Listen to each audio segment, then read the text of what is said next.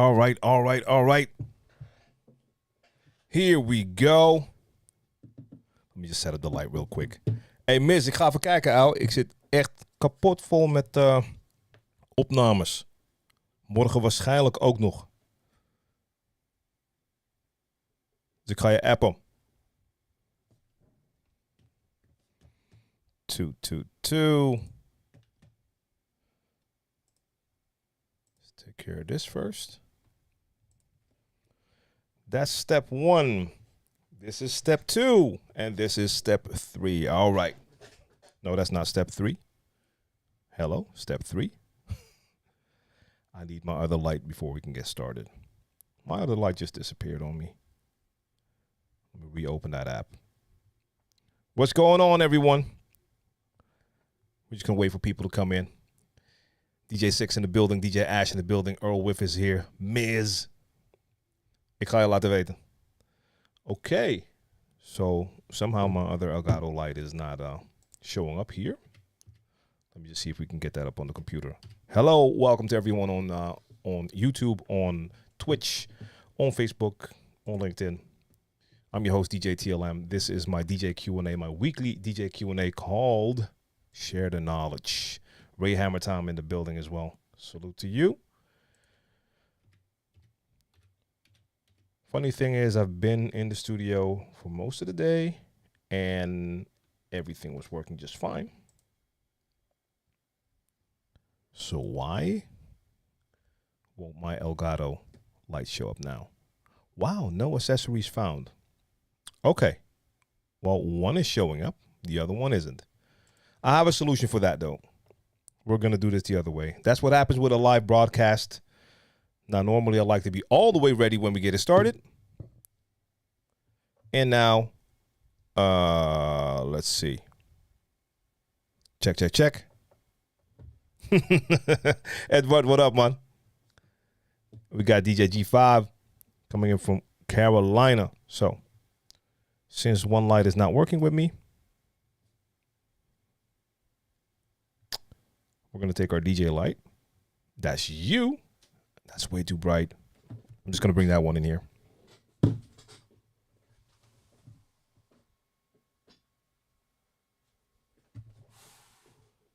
See? Problem solved.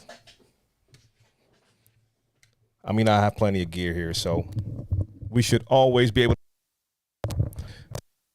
to make that work. There we go. DJ Jers Mike, I see you.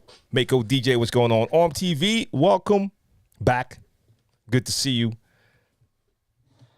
I was trying to figure some stuff out here. Importing some new iMachine projects on this computer to finish some sketches because I'm doing a lot of recording. A lot of new stuff back on. It's coming back soon. Okay, let me see. You're not hearing me? Wait. You should be hearing me, right? Check, check, check, check, check.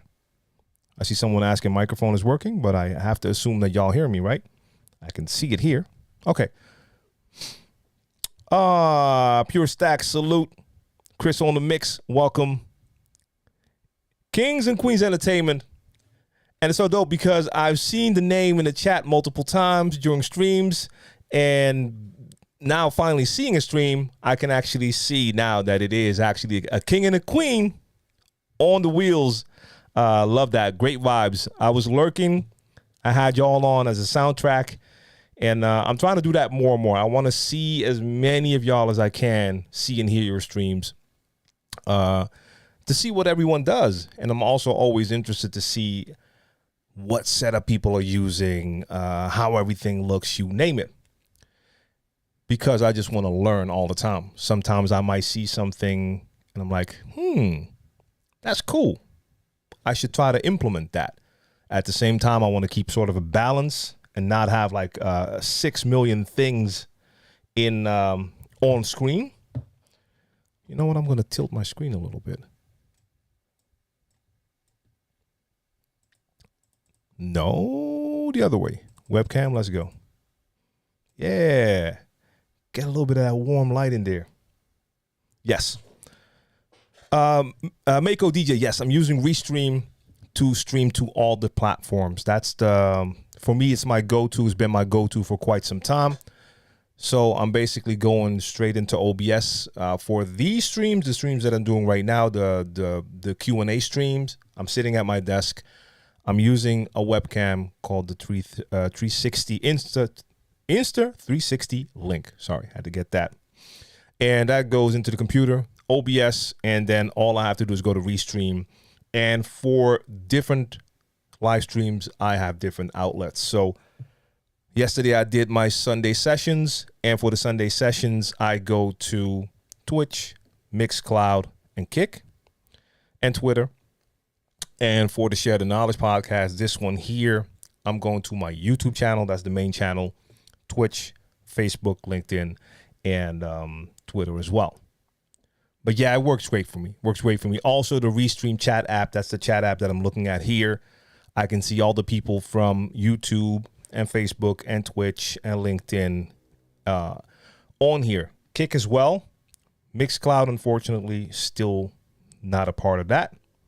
But hey, so like I was saying, I love to see streams, especially from people that I've seen in my chat many times. So for the last couple of weeks, anytime I do a live stream, after I'm done, I go to Twitch at least, and I take a look at all the names, and I try to follow everyone who I think I'm not following yet. So whenever I do open up Twitch, if any of you is live, I get that notification, I see you, and then I can check it out. DJ Gon's in the building from Worcester. Haven't heard that name before. And we got Eris Ramirez from Belize. Good to see you. So yeah, man, it's always good to see in here. And just the vibe as well, let's be honest. Like Kings and Queens Entertainment, I was tuned into their live stream yesterday, and they had some great dancehall vibes going on. Just tunes, man. So sometimes I'm just lurking. I'll just have one of y'all playing in the background. Also, 6. Yeah, I might be, if I'm still up then or not working then, I'm going to be tuning in. Also, because in the near future, I definitely want to get into doing some raid trains, and it's good to be aware who's doing what and invite as many of y'all as I can to be part of that. That's going to be Crates Radio raid trains, and there's a lot of you in here that I'll definitely be checking out for that to see who's down to do that.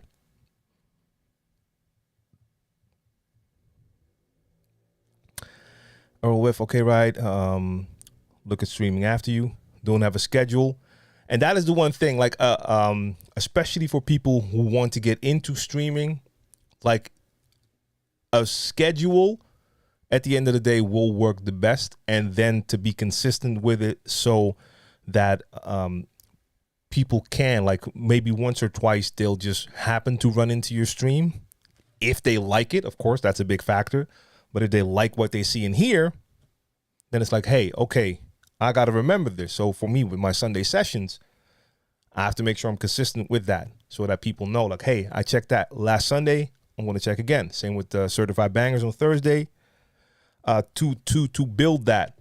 So, and look, this is not going to be, how shall I say, this is not going to be on some, what I see some people do, like, strictly inviting the homies type of raid train. I want this to be the exact opposite. Now, for sure, I know a lot of DJs, and I'll be looking at inviting a bunch of them on as well. But especially here within that community, and also for a lot of the DJs out there who've been supporting me, watching my streams, or in the chat, I just want to make sure that I'm looking out for y'all and all levels. So I'm going to check and I'm going to be reaching out once I start to do that. But it's definitely not only that I'm looking for the most pro DJs. Now, of course, it will be dope that you're at least at a certain level. But yes, more about that in the near future. Jersey Mike says, I haven't gotten to OBS yet. Doing research on how to do. Of course, try to get as much knowledge as possible. Yeah, I mean, there's a lot of ways you can live stream. I mean, there's a lot of platforms that will allow you to go straight from your phone to the platform. And if you get something to connect your audio to the phone, that is an option. But especially when you want to get into adding like multiple layers onto your stream. So even for this one, for the Share the Knowledge stream, I'm keeping it fairly basic here. So you basically see that the socials, that's an overlay. Like if you're just streaming from your phone, most likely you're not going to be able to do that. I have my logo. In this case, it's not a static logo. It's a spinning logo. Have the logo there. Now, I used to have my chat on screen as well. I don't do that here anymore because I just felt it was a little bit too much. But normally I would have the chat up as well. I mean, I can just click and there it is. You should be seeing it in a second. But it takes up too much real estate. I was like, not going to do that for this one. But OBS gives you a lot of options. It's not the only software, by the way. But OBS, I mean, it's open source. It's free. I love using it. And just to be clear, this is not Streamlabs OBS. This is OBS. Definitely not using Streamlabs, using OBS. DJ Ash, Twitch ID is the same as my YouTube. And Kings and Queens Entertainment says 100% schedule is necessary. Yeah, for sure. For sure.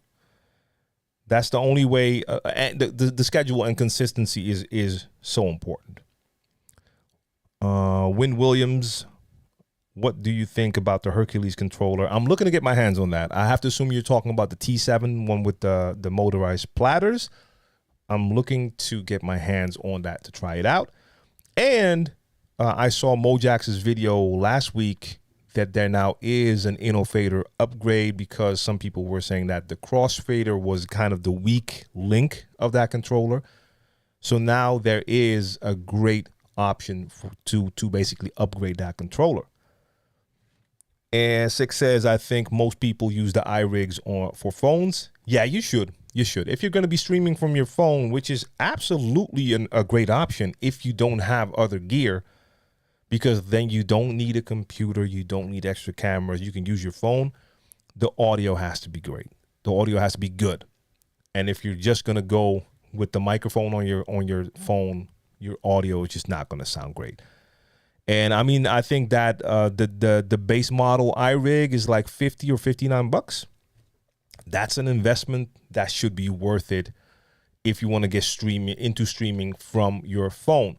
As I was saying last week, I'm working on videos about my streaming setup. One is basically an overview of what I'm using, and I'm also talking about some alternatives. And I'm saying that in the video, but I'll just want to reiterate that right now as well. The stuff I'm using, I wouldn't consider it overkill, but it's definitely not necessary. I could use this same webcam to do the other streams as well.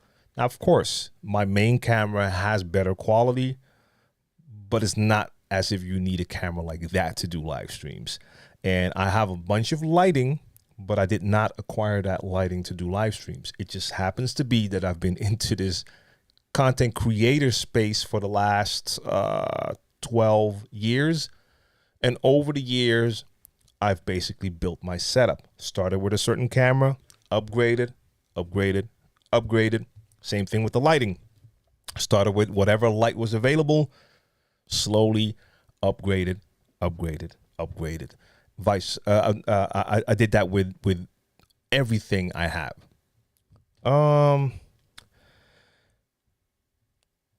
Let's see.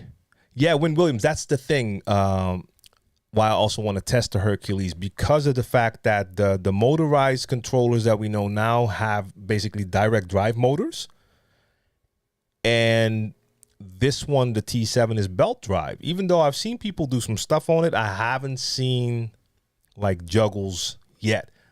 And I would assume that's going to be the hardest to do. If it has belt drive power, that's going to be probably tricky for juggles. But I need to get my hands on it. I'm putting a bet that you will pass your time by 15 minutes. Oh, by the ARM TV, I went to a 60-minute format with this, and I decided like last week that I'm not doing 60 minutes. It's gonna be 90 at least. It felt rushed doing 60. Now 90, yes, maybe I'll go over it. We'll see what happens. But yeah, I want to make sure I give this the right amount of time so I can actually add that value instead of having to cut streams short. Don't like doing that. And the price on that T7, yes, that is indeed a unique selling point. It is way, I don't want to call it cheap, way less expensive compared to other motorized controllers. Then again, I have to try it out so you can have like a side-by-side T7 Rev 7. Yeah, I wanna try it out. Can't say anything else about it. And Prism, I don't think I've heard of that one. Kings and Queens Entertainment. You're using Prism instead of OBS now. Yeah, was there a main reason to make the switch? Because that's interesting. And let's see. Did someone else say that's? Yeah. You just downloaded today. Seems great. Prism. Now you got me curious. Because I've not heard of that one before. Let me see. Where's my other window? Now you made me want to look up Prism right now. I mean, to be honest, the chances that I'll switch are slim to none because OBS is working great for me. I love what I can do with it. But at the same time, you always want to keep your eyes and ears open when it comes to what's out there. So I have to assume that's Prism Live Studio.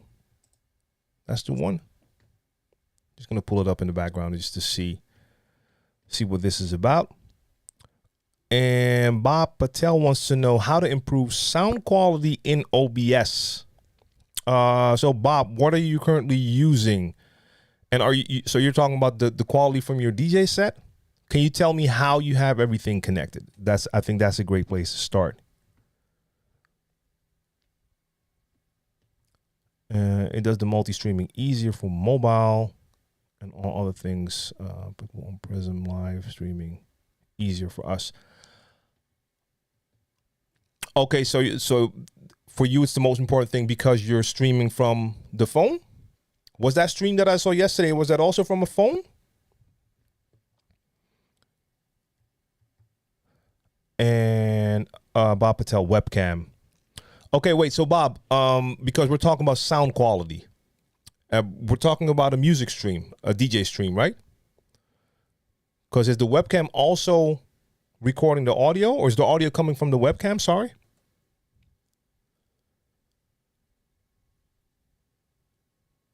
Because that will be interesting to know. Because if you're doing a DJ stream, then I would say that the webcam should only be used for the video portion of your stream.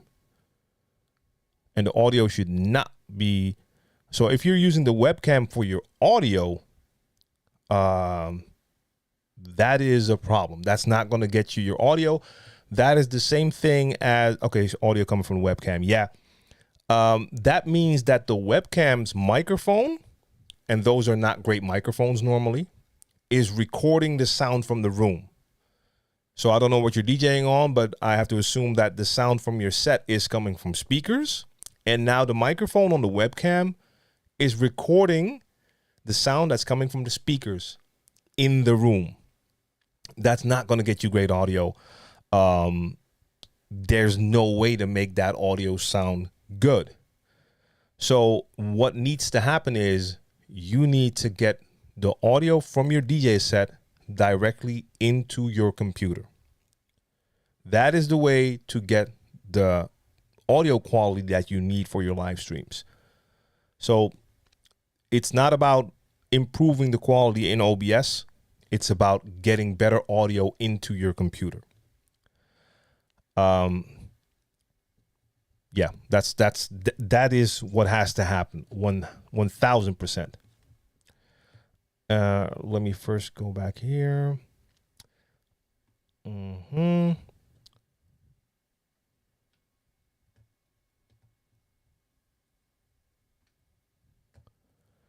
going to be taking another look at Prism somewhere this week, just to take a look at it and what it does.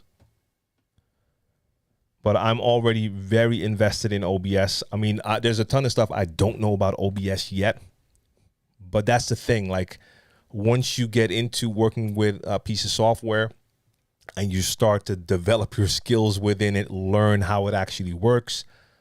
And I'm loving the vertical plugin from Atom that I'm using. So not Atom like Atom Mini Pro, but Item. You write it AITUM. The vertical plugin for OBS, which allows me to not just have my normal scene, the scene that you're seeing now, but I have a secondary scene next to it, which is vertical, and I can arrange that differently from the scene that we're currently looking at, and I can record that separately. So if I want to make clips for any platform, basically now it's all vertical. So instead of the ratio that we're looking at now, the 1080p, the 1080 1920, I'm also recording a 1920 1080. So sometimes I'll take my normal version and I'll take a clip from that and I'll play with starting full and then cropping it and expanding again. And for a lot of the other clips I use for Instagram, TikTok, you name it, I'll take the ones I'm recording with that vertical plugin, because then I don't have to do any extra editing. I only have to cut that beginning point and end point. So getting used to having that, I can record that separately. I can also stream separately. So I could, in fact, use that vertical version to stream straight to a platform like TikTok. I mean, I can't stream on TikTok yet. I don't have enough followers there. But those are options that I have available. So to now leave all that and start with a different platform doesn't make a lot of sense for me now. But again, I want to make sure I know what the other stuff does just in case. All right, I may have missed some questions. I'm going to scroll on just to see what happens here. Heavier resources than OBS, but we have a beefy PC to handle the resources. Yeah, that's the, like, I hardly have any, let me see. CPU right now, jumping between 2.5% and 4%, 4.5% usage. I mean, that's nothing. I don't have a lot going on my screen, but I never see that go too much higher than that. Okay. The partner software Prism Lens. Yeah, I see that on my screen. I haven't seen what that does, so I'll take a look at that. Okay, so that stream from yesterday was from PC, but when we go to the club, right? Yeah, that is the thing. I haven't done that in quite some time. I used to a couple of years ago stream my gigs on my phone. At that time, I was doing it mainly to Facebook, and they just kept on cutting off my streams. I just stopped using Facebook. But I do want to do that again. Start streaming when I have a gig. Ray Hammer Times has been using Phase for DVS. Would you like to buy some needles and use that with my control vinyl sometimes? Or would you, why did I say that? Would like to buy some needles and control vinyl. How's the wear and tear on needles and control vinyl from your experience, and what needles would you recommend? Wear and tear is a tough one for me because I honestly don't pay enough attention to that. I never did, which was not always great because sometimes my control vinyl was probably in need of replacement, and I only noticed it when it actually started to show like the signal wasn't that clear anymore. But so I can't give you an estimate, but it lasts pretty well, pretty long time, depending on how much you use it. If you're using it for gigs, but you're also like DJing at the crib for like 4 hours a day, of course, you're gonna have more wear and tear. The needles I'm currently using are the Gico needles. Those are the replacements for the Shure M447. So that's my go-to at the moment. I've also used a ton of Orthophon needles, the S120s, the Qbert needles. They have a new line called VNL vinyl. I haven't used it, but I've heard good things. So there's a bunch of options, but the Shure M447 was my go-to. So now that G-Co took its place, so that is my go-to, but they are pretty expensive. Got the T7 waiting in the box when I come home. Nice. Looks really promising. The Ruckus was good. I don't know if you date back far enough, but I got started on Technics SLB1s. They were belt driven. Technics had them as well as SLD1s direct. They were more expensive. So my first model, damn it, normally I always know the name. My first turntables were Technics turntables, and they were belt drive turntables. Damn, normally I remember that name. It might come to me in a second, but those were also, I started on Technics belt drive turntables, and they didn't have a pitch slider. You had a little pitch wheel on the side, and you had to turn that wheel to make it go faster or slower. I think something like a SL30 2300 or 3200, something like that. But that's also a long time ago. So we're talking like 30 years ago, something like that. No longer. 32 at least. Yeah. And Bob Patel says, what about digital mixer? What about a digital mixer? You're going to have to be a little more specific than that, because this question could mean a lot of things. And I really wanted spinning platters, but not there for Rev 7 yet. Yep. Yeah, kings and queens. That's the thing. Like every time you have to deal with the learning curves. But the plugins from OBS are killer. That's the thing. What you have most of the times with I have to assume this is the most used platform, even though I'm not sure. But it is widely used, and you can tell. Like if you look for plugins, there's a ton of plugins for OBS. I don't even use a lot of them, but every time I get sucked into that rabbit hole of OBS plugin videos on YouTube, I see so many things that are possible. For me, it's just a little bit too much. A lot of times, those plugins will work best for gamers who have more time to talk and interact and do funny stuff and have the audience be able to do all sorts of things, control the stream through commands and voice stuff, whatever. A little bit too much for us DJs, because let's be honest, if you're doing a DJ stream, you're still DJing. I love to have the interaction with the chat, but that's why I never got into too many extra commands and stuff like that. Even just in Twitch, the things you could do with Twitch commands, I never got around to actually get into that. I should do that more. But that's just lower on the priority list for me. Hey, Jay Valeria, what's good? You still there or you back? I have to assume you're still there.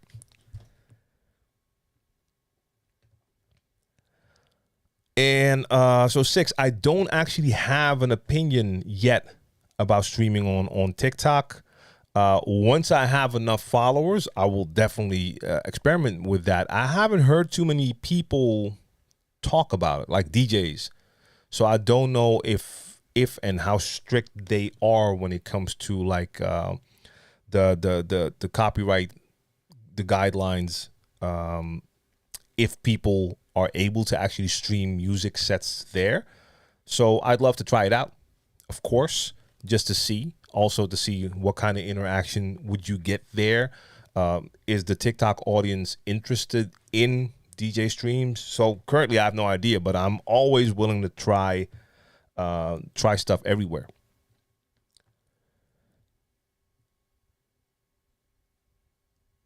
CPU in OBS could be offloaded to GPU, so CPU usage might not say anything. True.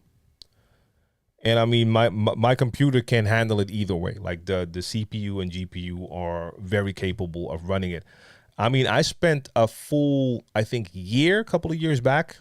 I did not have a good working laptop at that time. That was before I got my my M1 MacBook Air. I spent like a year doing weekly live streams, and I was streaming and DJing from that computer. I had Serato open, had OBS open. I think I even had Audition open doing something else. I don't know why, but it could run everything simultaneously easily.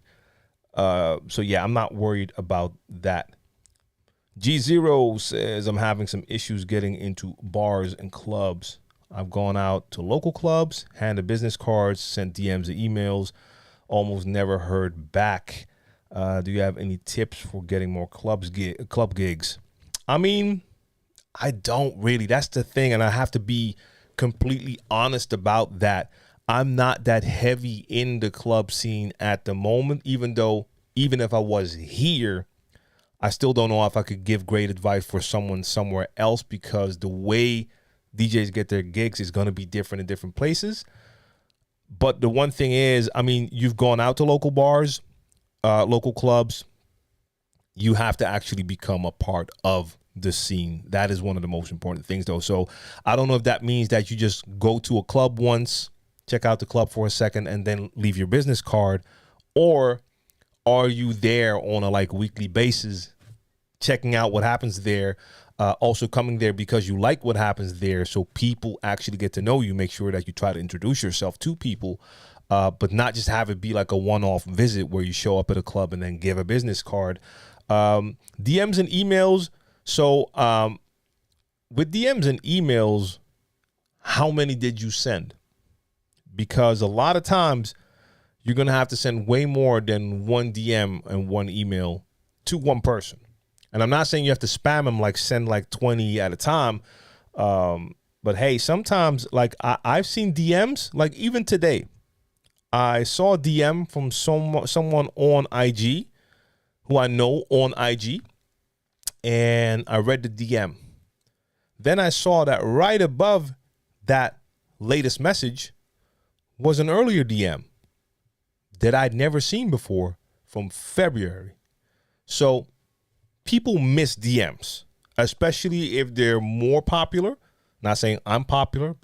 My IG is pretty quiet compared to like popular people, and I get a lot of DMs. So I have to imagine for certain people, and especially people in places of power, like maybe like promoters and stuff, who knows how many DMs they get on a daily and how many they might not see or just not open.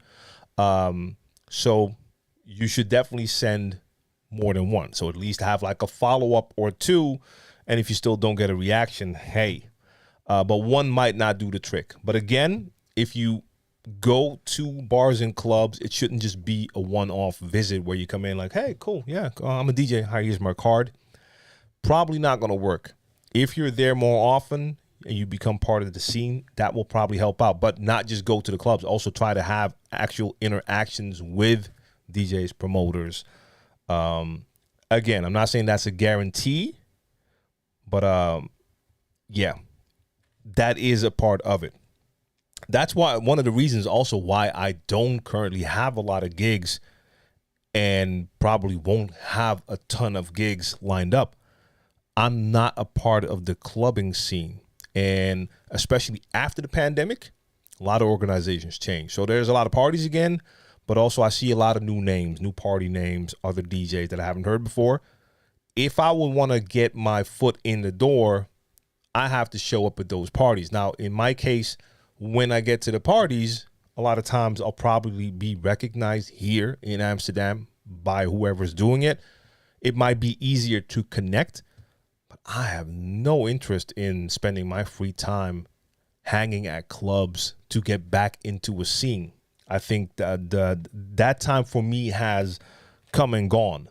Doesn't mean my DJ time has gone, because there's plenty of events that will come up that I would like to do, but I already have a connection there, so I can probably get my foot back in the door. But with the rest, yeah, I don't have an ambition to do a lot of that anymore. Wait. Let's see. What did I miss?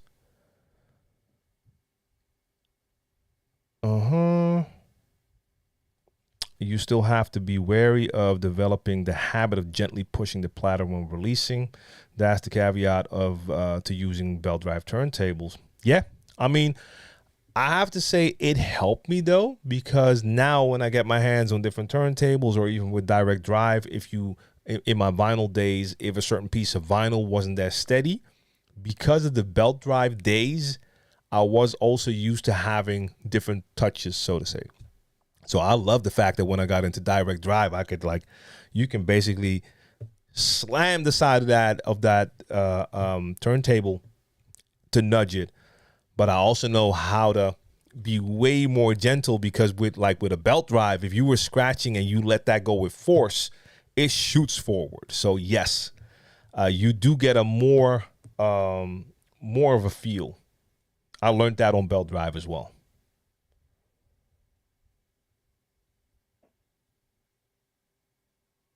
Mm-hmm. 3 sets of needles, so probably need replacing.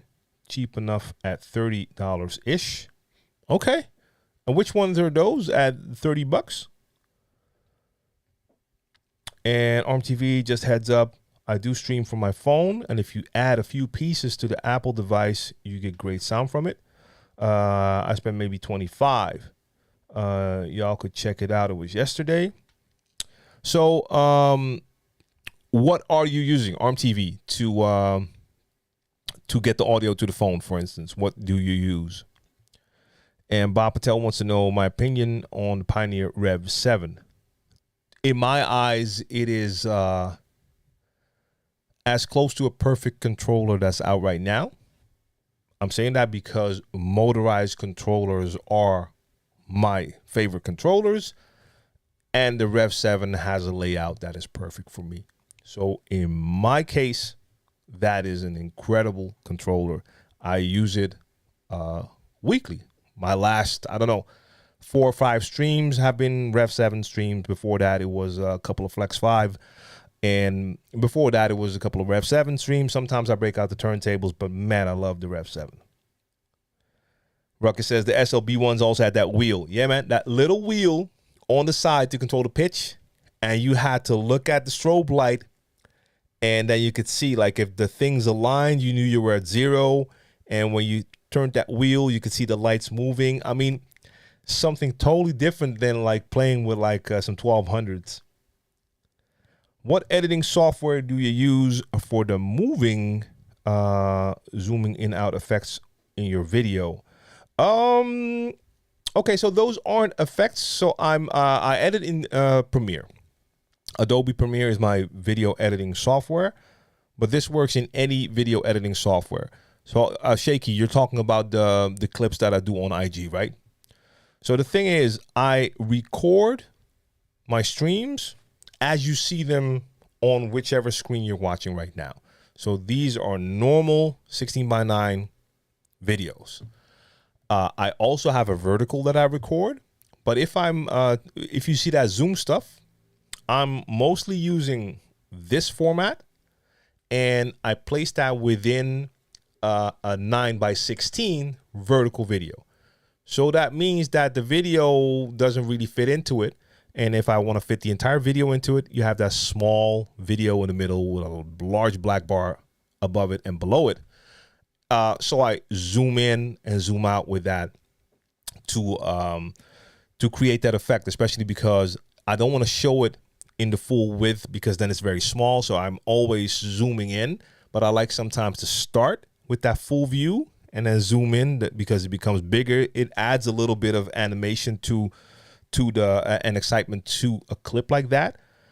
But that's an editing, not even trick, just an editing technique you could do in any editing editing software, sorry. But I will be making a video about that as well. So that's the thing. I'm working on a ton of stuff that I want to release, showing my streaming setup. I'm going to be having videos about all of my individual gear, but I also want to show some of the stuff that I do when I use OBS. Also want to show some of the stuff I do when I create my clips for IG. So I do that in Premiere.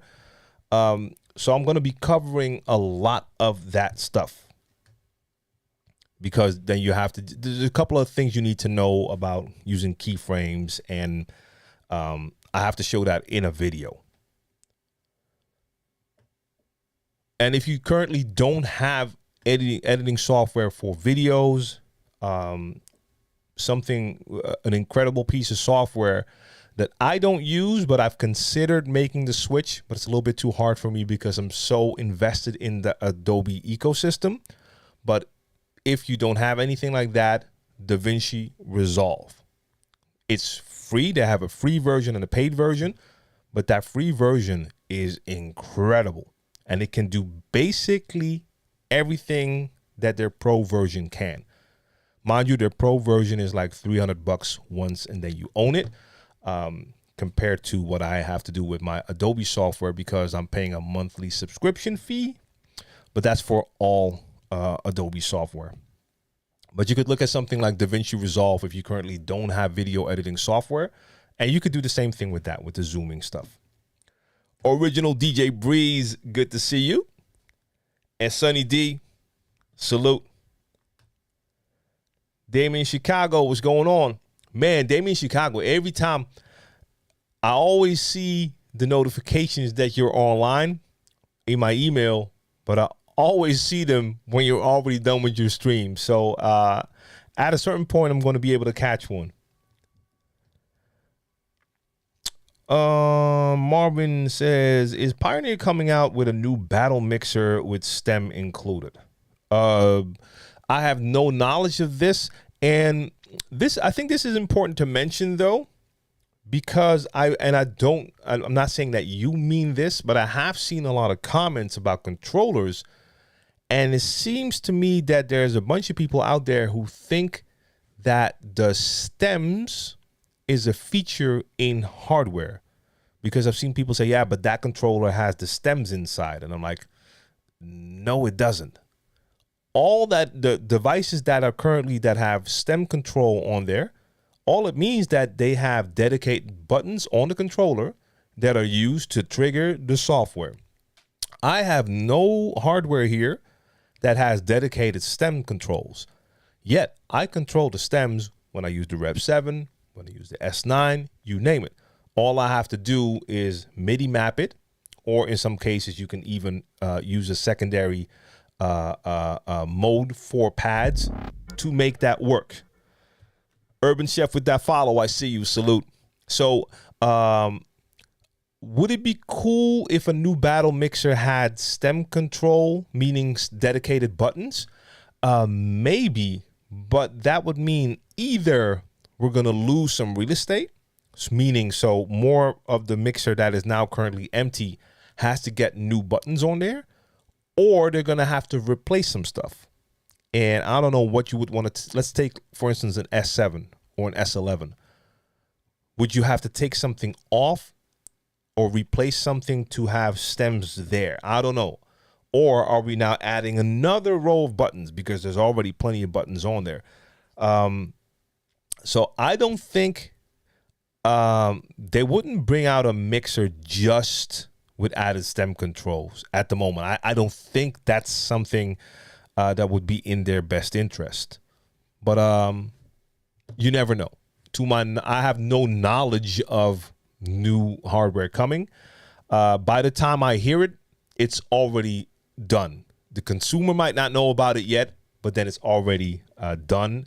And most likely I'll already have it in the studio to test it. So yeah, we'll see.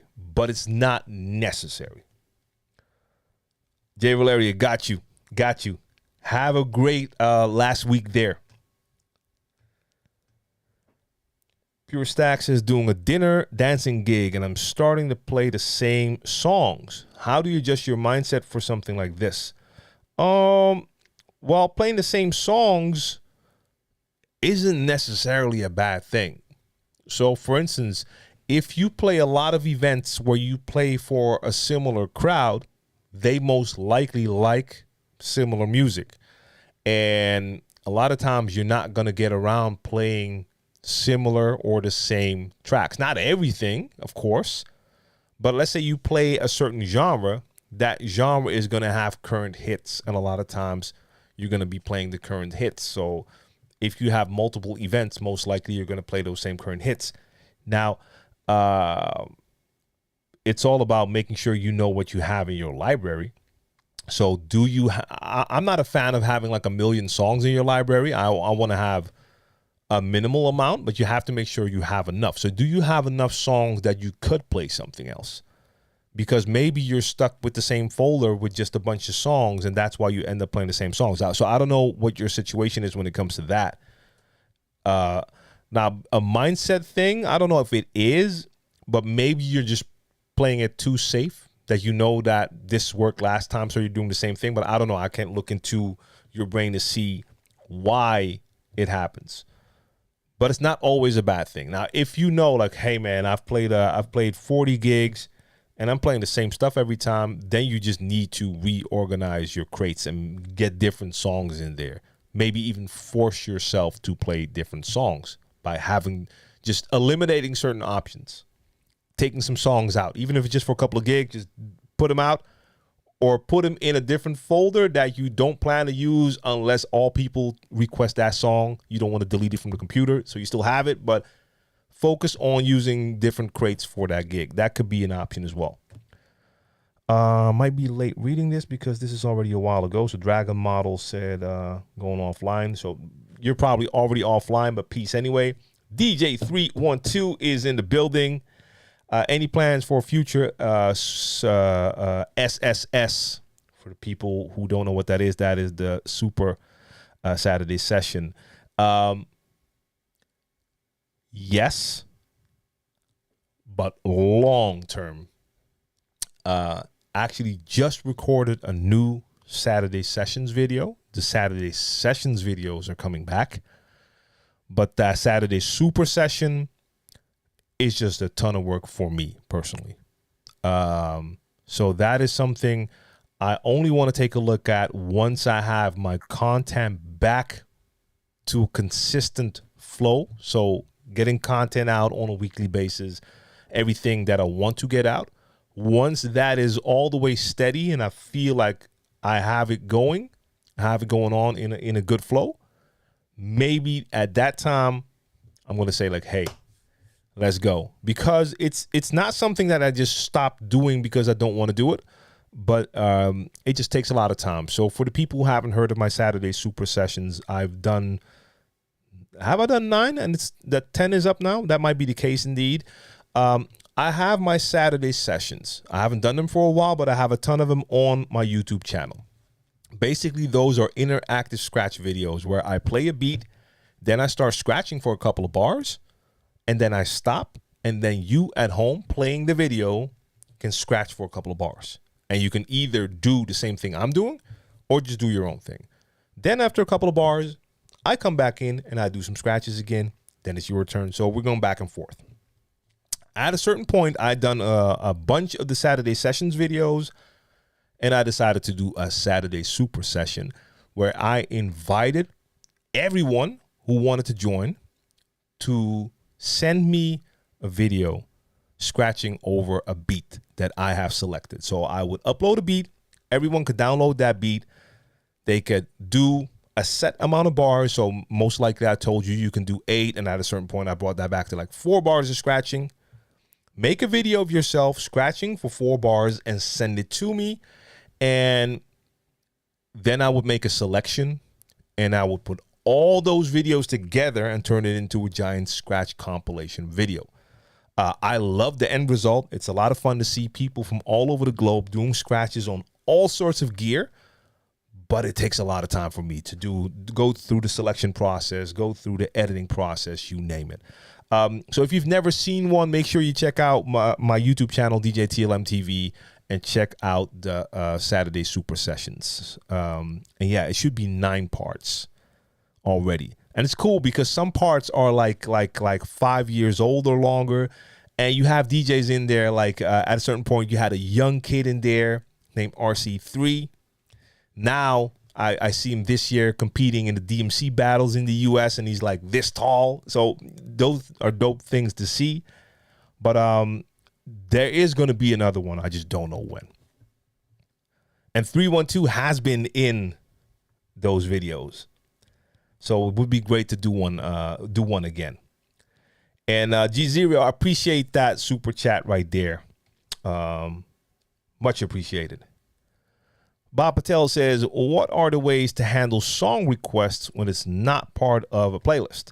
Well, I can't speak about the playlist part because I don't play with a playlist. But what would be similar to that is if someone comes with a song request and it doesn't fit the current style that you're playing, that's basically the same thing. So if you're going off a playlist, then you have a plan in mind. And someone could come in and ask you, request a song that is not on your list and doesn't fit. The same way I play freestyle, I'm going by style, by vibe. I'm reading the crowd, and I have that crowd, hopefully where I want that crowd to be, having a great time. And then someone will come in with a request, and the song they're requesting just makes no sense. If I play that song right now, it's going to kill the vibe I created, either because it's just a totally different genre, totally different vibe, totally different tempo, you name it. The way I handle that is if it's a good song and if it's a song that I will most likely play sometime during my set, because I feel like, yeah, at a certain point, I'm going to come into a flow where that is going to fit. I might tell them, I might play that later on, but it's not going to fit right now. If it's a song that doesn't fit and I'm not going to be playing it anyway, I'm very honest, and I'm just going to tell them, like, no, not going to play that. In the past, I would either fake that I would look for the song, and then later on, if they came back, I tell them, like, I can't find it. I don't play that anymore. That could work in the vinyl days. In the digital days, it became a little harder. Now, especially when people start to also realize that DJs can have like streaming services in their computer and can basically get any song. I mean, I can get a lot from BeatSource. I can get probably anything on Tidal. I have that inside my software. But I'm not going to do that because I don't play what I don't want to play. But I especially don't play anything that's going to mess up the vibe that I just spent maybe the last 30, 60 minutes creating. So I'll just let them know, like, no. Some people will not take that well, but that's not my problem. That's their problem. Now, I will tell them respectfully. I'm not going to be rude about it. I'm not going to give them like a strange face, like, of course not. Why disrespect when that's not necessary? But you got to let them know, like, sorry, that's not going to work.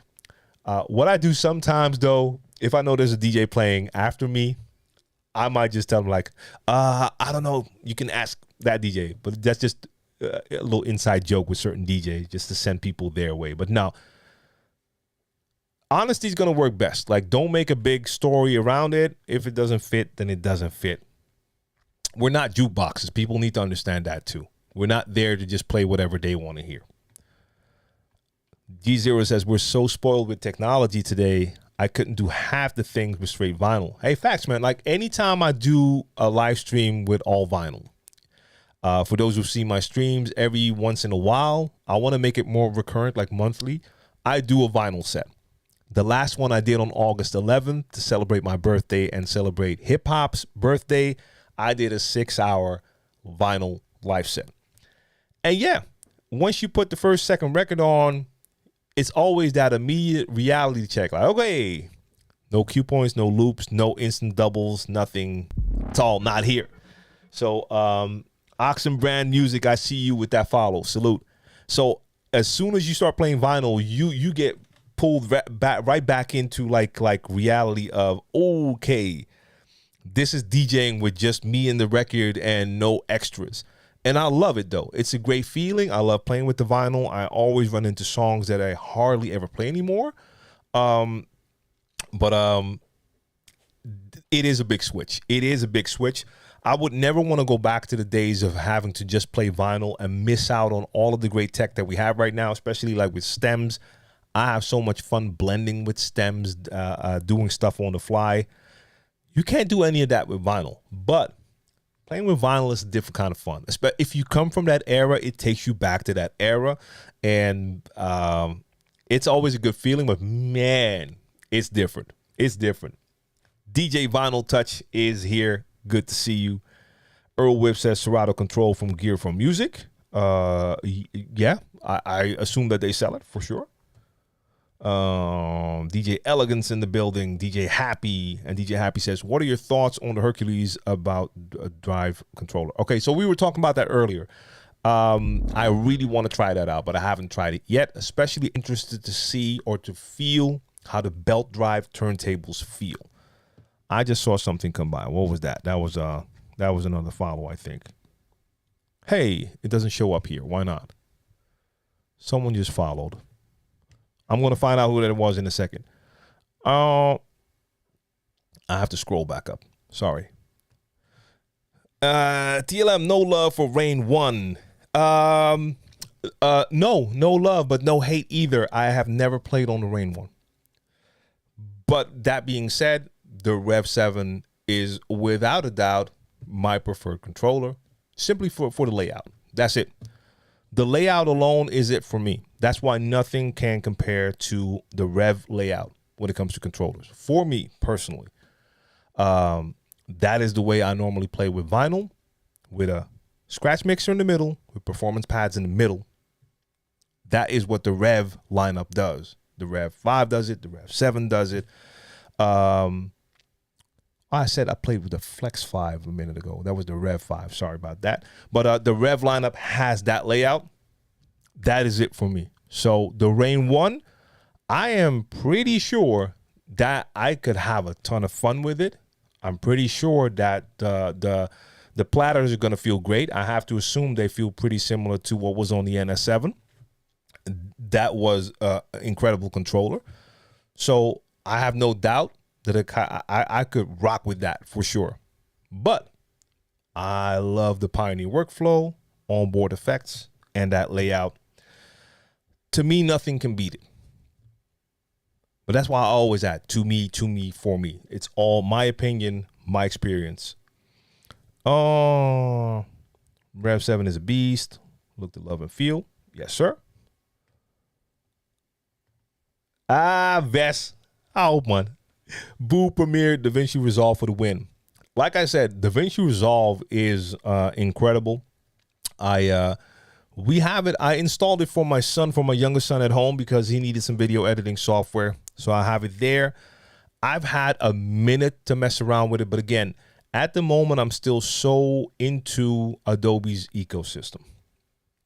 I use all of their software. I use Creative Cloud. Everything is synced up. So it's a pretty tough one to switch, because I also I'll have to find a replacement for Photoshop. And yes, I understand there are replacements, but as we were talking about earlier, you also have to now go through that whole learning curve with different software again. So I use Audition all the time. That's Adobe. I use Audition all the time. I use Photoshop all the time. I use Lightroom sometimes. I use Illustrator. I sometimes use After Effects. So simple stuff like the spinning logo that you see on screen, my spinning logo, that's After Effects. Premiere all the time. Similarly, I have the apps on the phone. So I'm kind of stuck in the ecosystem.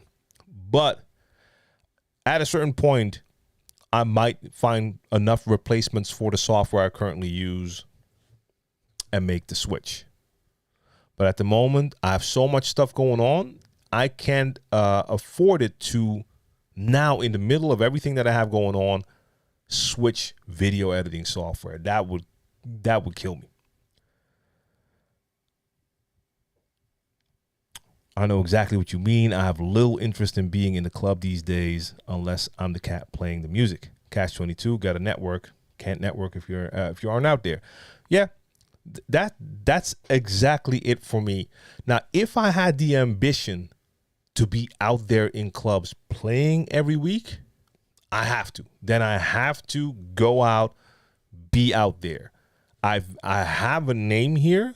People just haven't seen me. Even the newer cats, if I don't know them personally, they've heard about me or they hang with people who do know me.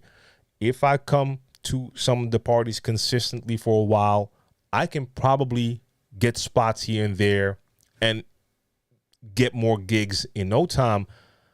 But I don't have the ambition to have like 2-3 gigs a weekend anymore.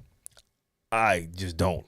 I really don't. I love DJing, but the late nights and everything, I just don't have that ambition to do that a lot. Now, there's still some parties I love to play, and I play, but the ambition to play a lot is just not there. I prefer to do my thing during the streams, so I'm still DJing. Will always do that. Even if I'm not streaming anymore, I would still do that. But currently, I have too many other things that just are a priority for me. So networking by hanging in clubs, I just can't do it right now. And probably never will again either, because you're only going to get older. And I assume that there's not going to be a point where I'm older that all of a sudden I want to be in the club every weekend again. I use the iRig 2 to capture sound from my controller when recording streaming on my iPhone. Yeah, and I need to get my hands on just that basic iRig to test and also make a video with it to show other people like, hey, look, you can do this on your phone. I had a workaround at a certain point where I was using another audio interface. I was using a Zoom U22 and had it connected to the phone and to my DJ set, and it worked. And it's a very cheap audio interface, but that was still, I think it's like this size, something like this. It's still a pretty bulky controller compared to like those iRigs. They fit in your pocket. Let's see. BW was good. Is it late to start live streaming? No. You can always start. I mean, starting, let's see if I can add more to this, because that's my short answer. It's never too late. Same thing. If people would ask you, is it too late to become a DJ? Because there's already a ton of DJs. No, of course not. Is it too late to become a producer? Because there's so many producers. Is it too late to start a YouTube channel? Et cetera, et cetera. In my case, I would say, in my opinion, the answer is always no. It's never too late to start streaming. The only thing is, what is your goal?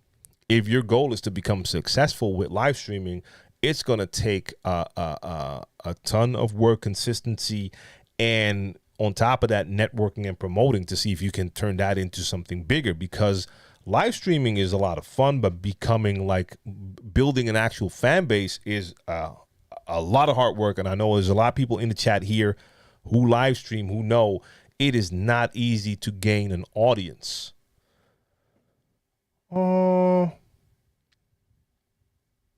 Damn, I missed out on, I still have a lot of ground to cover. This is going to be one of those, I can tell, because I have to scroll a whole bunch. Oh, wow. Okay, so here. I'm going to try to do a little bit of a speed round right now. How long can you hold on? Wait, Timothy Cook, what? How long can you hold on RV7 BPMs together before they fall off? Rev 7 doesn't lock like other non-moving players. How long can you hold the BPMs together before they fall off?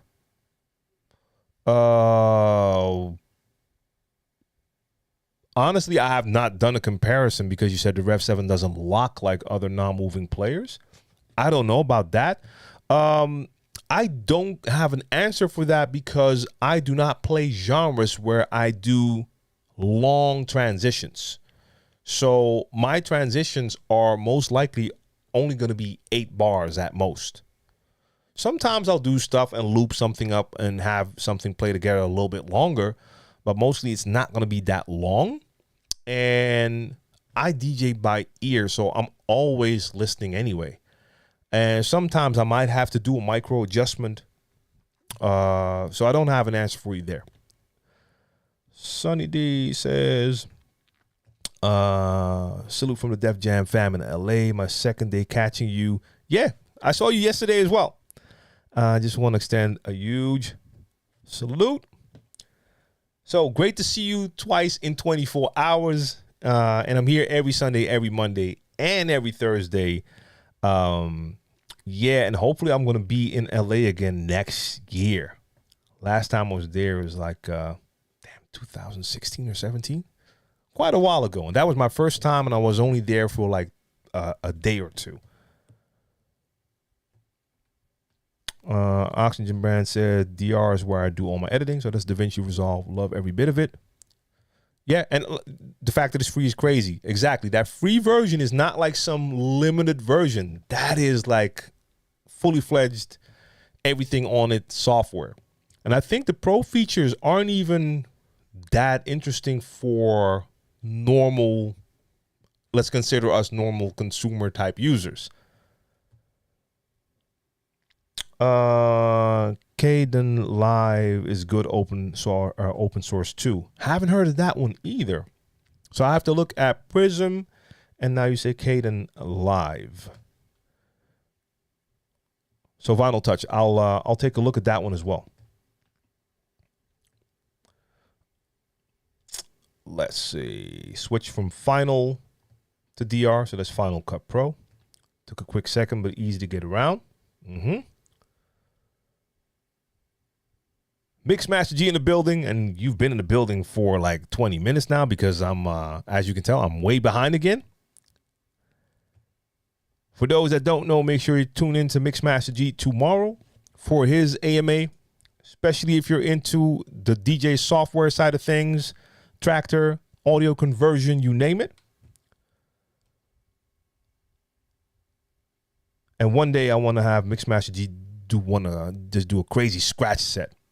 I'm gonna come to the studio, Mixmaster G, and we're gonna do a scratch session.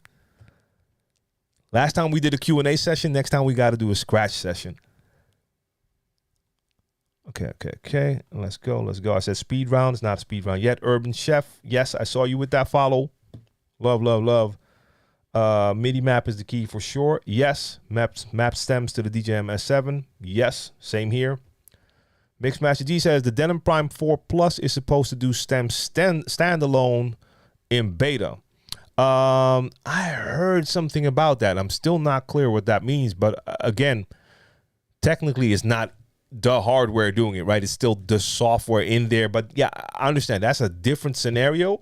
But dope though. That would be dope. Like I know that Denon introduced stems now with the latest update. But bringing it to standalone is super dope. Do you think they will come out with gear in the future that is hardware stems or not necessary because of software control? So the Denon Prime 4 Plus might be the first example of that being standalone. And yeah, I mean, it's still the software doing it, but if it's standalone, then yes, in that case, the stems are in the piece of hardware. So yeah. But then again, only in standalone does it make sense. Otherwise, it doesn't really make sense. With other controllers and mixers, you're still using DJ software on a computer. So it doesn't really work to have it in. You can only have it in the device if you have an actual computer in the device. Right? I would think that would be the case. I replaced unused pad controls with stems in Rekordbox. Pretty easy to do. Yep. Yeah, I did the same thing just with the Rev 7. I was using it on the pads, but now I moved it to the secondary feature of the instant scratch buttons that you have on the Rev 7. So Rev 7 has a feature called Instant Scratch where it has onboard sounds that you can use for scratching. You have 4 buttons. Every button has a sound. So that's internally. But there's a secondary feature for that. If you're not using the Instant Scratch, then those 4 buttons are used for hot cues, or secondary, they can be used for saved loops.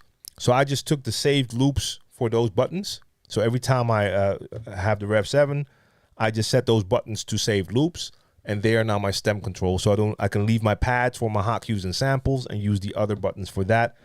But any buttons that aren't used, you could use for that for sure. Tim van der Voort, what up?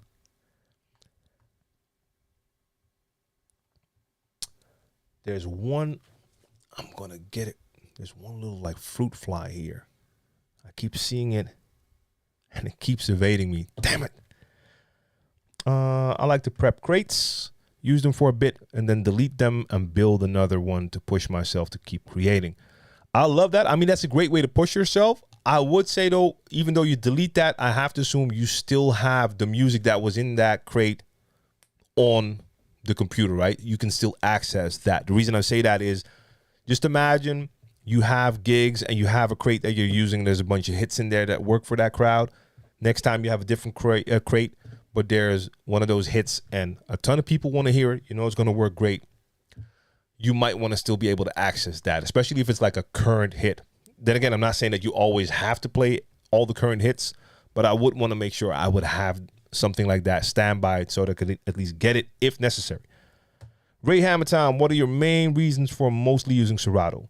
Do you ever use Rekordbox? If so, in what situations? I moved from Final Scratch to Serato Scratch Live, so that's quite a long time ago.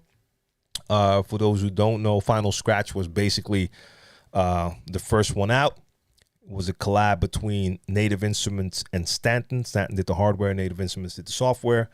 The whole DVS thing, the first thing, was created by some peeps in Amsterdam and used Final Scratch. Didn't really enjoy the UI and some of the features. That's the same reason. I mean, it had kind of a tractor feel. That's the thing I don't really like about the tractor layout either. I saw someone with Serato. I saw the layout, the simplicity of it, and it did a couple of things that I couldn't get to work on Final Scratch. So for me, it was a no-brainer. I couldn't get my hands on Serato because you couldn't buy Serato here in the Netherlands because the original creators of that DVS had a patent out for that. So it was not legal to sell Serato here. That was just a Netherlands thing, unfortunately. Lucky enough, I was able to buy one from someone who got it from the US. Used Serato ever since then, Serato Scratch Live. Then I got my NS7, started to use Serato Itch for controllers. Had the Vestax VCI 300 for a while as well. Serato Scratch Live for the turntables. Then at a certain point, I became Serato DJ. Very used to it, still love it. Especially for a turntablist type DJ, I feel that software still feels the most natural to me. Rekordbox came out with Rekordbox DJ. Mind you, I was already using Rekordbox to prepare flash drives to use with CDJs because the CDJs have been big here in the Netherlands since forever. They came out with their performance mode, so Rekordbox DJ, and that felt kind of similar to Serato. So I've used it on occasion. But I don't feel like needing to switch to Rekordbox because Serato does what I needed to do. Serato video is a little bit easier than the video feature in Rekordbox DJ because that is really taxing on a computer. Let's not even get into stems because the stems on Rekordbox cannot be compared to the stems in Serato. And so I use Rekordbox on occasion. If I have a Rekordbox controller, then I can play with Rekordbox. But besides that, Rekordbox for me is mainly still to prepare flash drives for CDJs. But I can definitely work with it. Oxygen Brand Music says your Saturday sessions have been a part of my training. So yes, they're coming back. They're coming back. Like I said, I just recorded the first one already. And I'm going to be rolling out a ton of those and at the same time also bringing back my breakdown videos to show how I do the patterns that I do.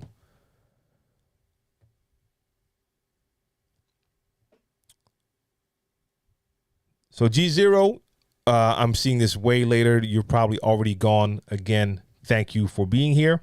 And I appreciate that super chat. Okay. Good. You're having a conversation, so I can skip all of that. Tim says, I'm teaching my kid on the PTO on Scratch with Jesse Dean Fader. Hey, that's dope. That's dope. And I mean, even though it has somewhat of a toyish look, it's definitely a dope device, especially for scratching. It's nice. Oh, let's go. D-Rage in the building was good. I DJ at a bar and I received amazing feedback from club patrons and bartenders expressing their desire to see me more often.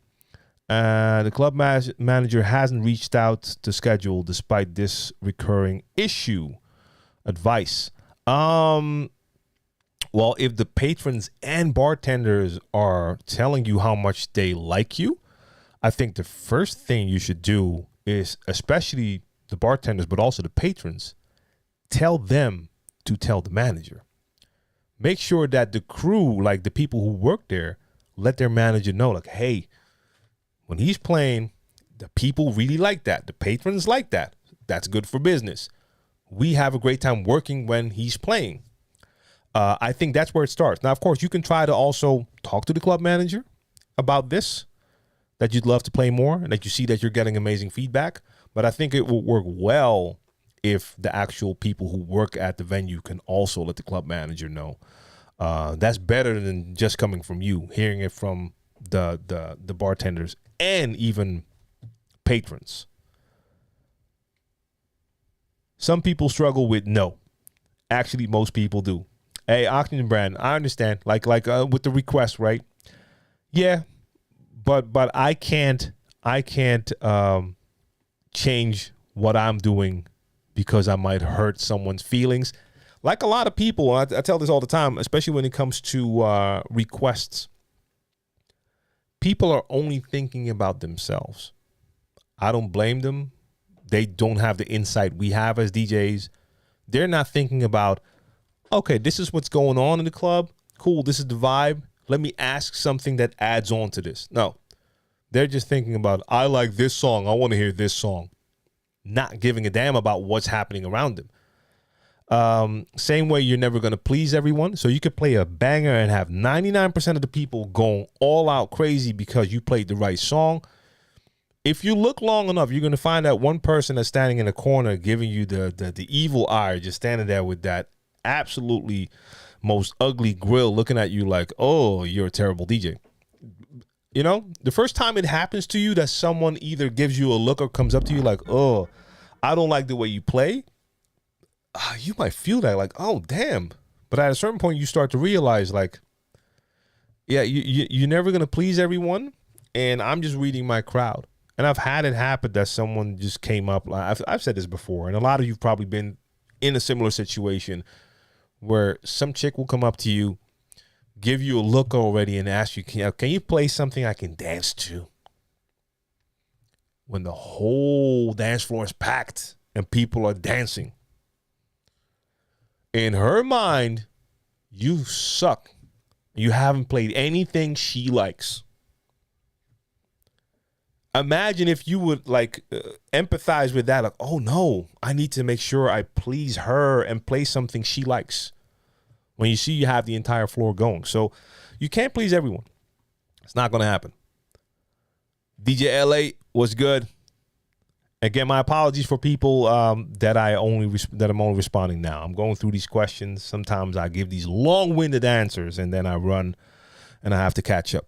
So if you ask a question and I haven't answered it, you can always feel free to just drop it in the chat again. And Arm TV says, I sent the links on your IG. All right, cool. Gonna check that. Gonna check that tonight.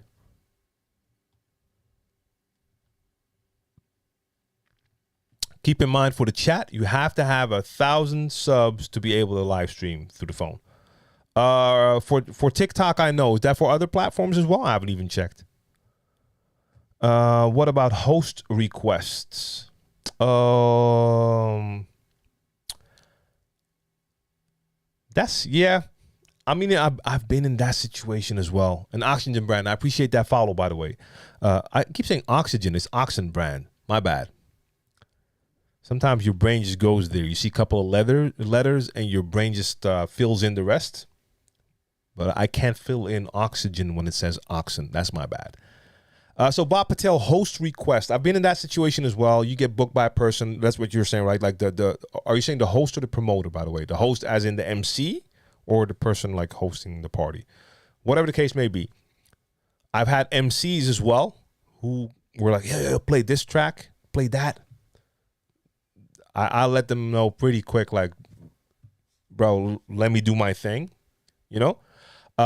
Unless if I go to a venue I've never played at before and someone is hosting my set, an MC, and that's like the local MC who knows that crowd well, I might be open to suggestions, but not specifically like I won't have anyone standing there telling me like play this, play that.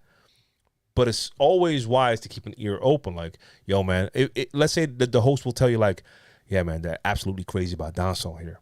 That's a good thing to know. Then I know I might add a couple more dancehall tracks than I might have intended to, stuff like that. But I've had one or two MCs or really like, not even because they knew the crowd, but because they turned into an audience member. They were feeling the vibe, and all of a sudden they thought of a song they liked, and then they're like, yeah, play this. And it didn't make any sense.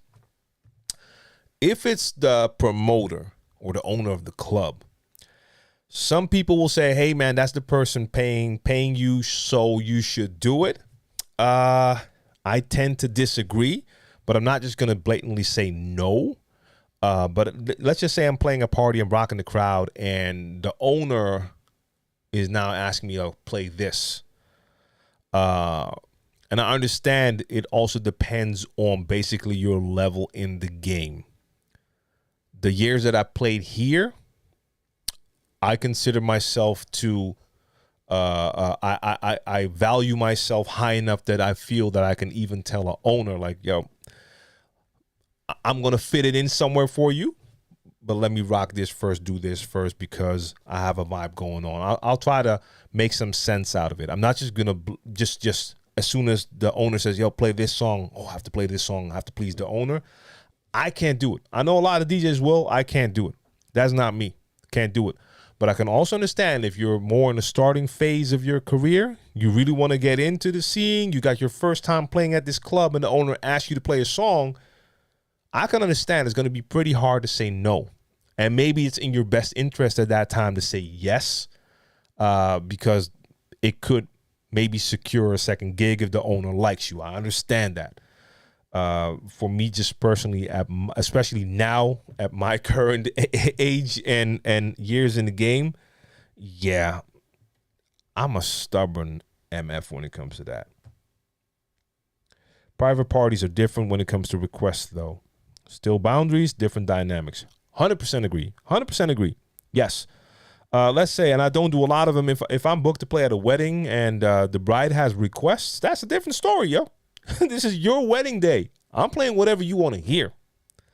That's why I don't do wedding gigs, by the way. Only if I get booked to play my style of music. But I can totally understand that that's a different scenario. If I get booked for a private event, let's say I get booked for a private event for some company, and the CEO of that company wants to hear a certain track, that's a different story. So I'm glad you brought that up, because I was still thinking about a club situation where I'm booked to play in a club. For that corporate gig, I feel that's a different scenario altogether. I totally feel. Still boundaries, but different dynamics for sure. The Ruckus, I was playing a total 90s hip-hop R&B set. The floor was packed and had someone ask if I can play Mothership Connection from Parliament, a song from the 70s. All right. I was starting to read your comment, and I was all ready to agree with you, because I was expecting that there was going to be a request that was totally out of place. In this case, I have to disagree. Yes, Mothership Connection is from the 70s. You're playing 90s hip-hop R&B. But let's be honest. There is a ton of 90s hip-hop that has Parliament samples all over it. So vibe-wise, that could be a perfect fit. I could fit that in perfectly. Let's say I'm playing a hip-hop set, have it going on, and all of a sudden someone like, can you play like Flashlight Parliament? Hey, I'm going to make that work. Now, especially now with stems and stuff, I might add some hip-hop drums from another track over that. Ooh, that could work. But there's a lot of times when I was in a similar situation, and this is where I thought you were going to go with this. I was playing a 90s hip-hop R&B set, and I would have someone come up and ask me, yo, if I could play some freaking techno. No joke. It happens to be that sometimes you'll be in a venue, and some people came in not knowing this was a themed event, and they're like house heads, and they're waiting for you to get that tempo up, get that 4 on the floor beat in there, and you're not doing that. And they're like, hey, can you play some? You're like, no, this is what we're doing here. But yeah, Parliament, same thing. If I was playing hip hop R&B set 90s and someone said, can you play some James Brown? I can fit that in seamlessly. And everyone's going to know it because it's been sampled in hip hop and R&B so many times. So I understand your point, but in this case, yeah, I could make that work. Mike Lewis in the building. And on the business side of things, what kind of insurance do you get for yourself and equipment, if any? If not, what do you look for in venues, events to feel safe? So Vinyl Touch, I always stay away from this question because I think it's kind of different over here in the Netherlands compared to especially the U.S., but also a lot of different places. So I don't know a lot of DJs here with that kind of insurance. Also because most of the DJs that I work with, deal with, aren't mobile DJs, so we hardly have to bring equipment. Most of the club DJs, they go to the club. They might have headphones and a flash drive if they're playing with CDJs, or they might have a laptop and headphones, maybe some control vinyl. I sometimes bring a mixer, and like your laptop, that could fall under insurance for your normal stuff that doesn't even have to be like some sort of DJ insurance. So I've never heard DJs here talk about DJ insurance. And because I'm not a mobile DJ, I don't even have to worry too much about that with like venues to feel safe. There's not a lot of stuff here that happens where I have to worry about liability issues. So it's very hard for me to speak about that, just because I lack knowledge when it comes to that. A lot of knowledge. There we go. There's another follow. Man, I cannot pronounce that. The 9XJH follow on Twitch.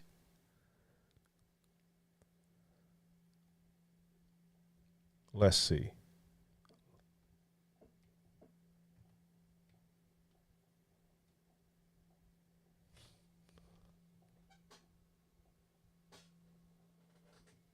Sorry, I got distracted. I don't know what I'm hearing there.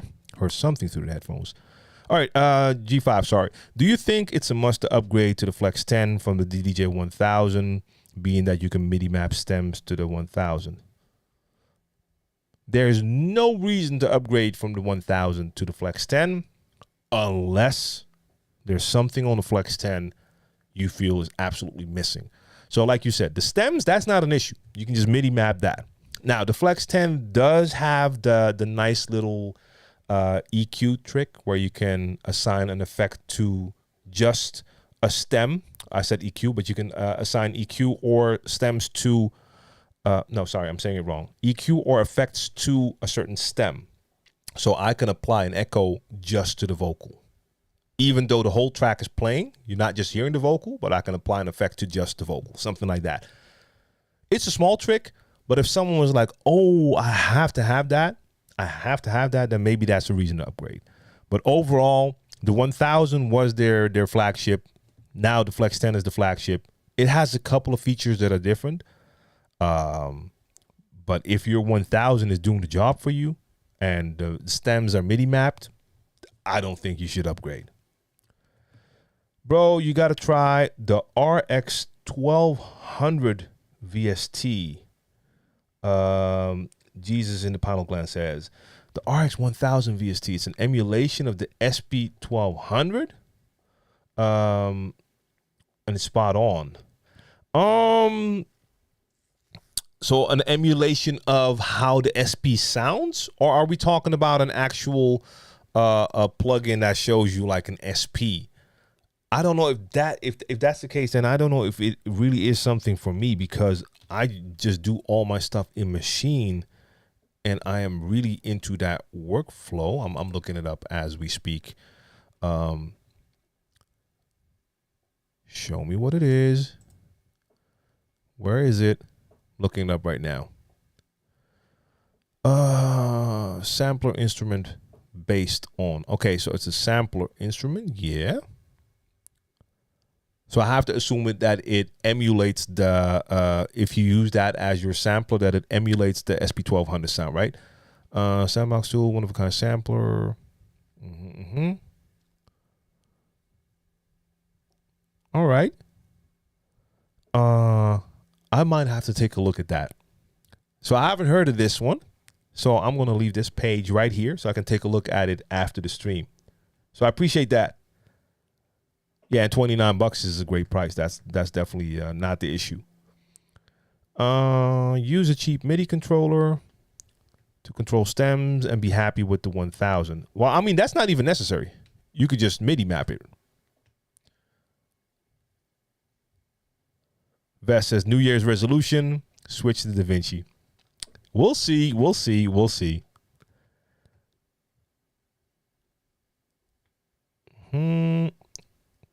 Sound check. DJ Sound check was good. The Saturday Super Sessions are dope. I just watched 3. Nice. So again, I will be doing one in the future, but that's just a ton of work.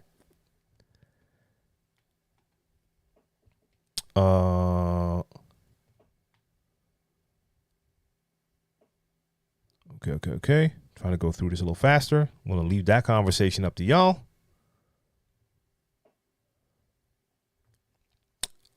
Mixmaster G says, my scratch skills are extremely rusty. Always up for a challenge. There we go. I love it. Do you use the anti-drift on Serato Pro when you're playing on the Ref 7? No, I don't think I have it activated, actually. I would have to double check, but I don't think I have that activated. Philly Phil. Wiseco, I put the parameter button on my Rain 1 to control vocal instrumental stems. Yep. I mean, most controllers will have like some buttons that you're either never using or hardly ever use. And you can always find something to use for your stem controls, for sure. Oxen Brand says, yes, keep the songs, just not the crates. Yep. But it's a great way to challenge yourself and push yourself to the fullest. Headphoniest Monk says, shout out to Stanton in Miami, though, pushing the envelope. Yes. And the Ruckus says, latency was horrible on Final Scratch. Depending on which version you used. I did not get in on version 1. Version 1 came with that little round USB audio interface, and it worked from time to time. So a couple of DJs I knew were using that. It worked from time to time, but it had some issues because sometimes it would not, like I've seen this happen with a DJ. Sometimes the laptop would not recognize the Final Scratch 1 as an audio interface, but it would say it was a USB hub. Now that's an issue when you have to DJ. So I got in when they came out with their second version. So Final Scratch 2.0. It had like the metal built like a tank audio interface, and that worked over Firewire. I can't say that latency was an issue for me. I had a great time DJing with that, doing my scratches and everything. Still have that interface here, but I know the first version had issues. A new better me. Scratch tutorials gave me life, elevated my skills greatly, and I surpassed a few of my mentors, and I still use them because you can never be perfect. Oh, facts. And I appreciate you telling me. I love hearing that. And no, we can never be perfect. Also, we don't have to be perfect, but we do want to strive to get better. And yeah, it never hurts to take a second, third, fourth look at some of the basics to see if you still got them on lock. I do the same thing. DJ Flyness 1 was good. And a new better me says, I go by DJ Mr. X. All right. And Headphoniest Monk, I appreciate that follow. And 6 says, my favorite is when the dance floor is absolutely packed and someone comes up and says, play something I can dance to. Yeah, that's what I said. Yeah, you quoted me. I got you. That's the same thing. Exactly the same thing. I've had it happen multiple times. And that one still kills me. Let's see. If I'm taking host requests, I want them days before my set so I can work something into and out of their music. I mean, that can work if you work with like prepared sets or playlists. Because I'm always going absolutely freestyle, it doesn't really help me. But I will say, yes, if I know in advance which tracks they want to hear, that will help me to see or to know, like, okay, I'm in a current vibe right now. This will fit that vibe and I can play it there. Yes. ArmTV says 1,000 subs on YouTube to be able to stream. Yep. But I don't use YouTube for streams anymore. I've had too many issues with that. So it's just Twitch and Mixcloud and Twitter for me. For the DJ streams, that is. I mean, it can work for some people, but I'm just not jeopardizing my YouTube channel for something like that. Can't do it. If I have a person who requested a song and I honored it and they come back, I tell them, you had your one. Hey, I've had it worse than that. I've had people who request a song, I've played it, and then they come back like, hey, when are you going to play my song? Because somehow either they left the building, the room, or went to the bathroom when I played the song, so they didn't hear it. Yeah. Make my funk the P-Funk. Yes. DJ Arm TV says, let's all hit that like button to push the algorithm. There's 34 DJs up in here, only 3 likes. Let's go. Appreciate that. I played a wedding and the bride's dad requested flashlight. There we go. But Mothership Connection isn't club danceable. Yeah. I don't know. I think I could make it work. Like I said, especially now, with the technical options we have, you know, there's a lot that can be done. Now, I'm not saying that you have to play it, of course. I'm just saying like Parliament isn't as outlandish when you're playing hip hop and R&B from the 90s compared to someone coming in asking for a genre that's absolutely not related to that.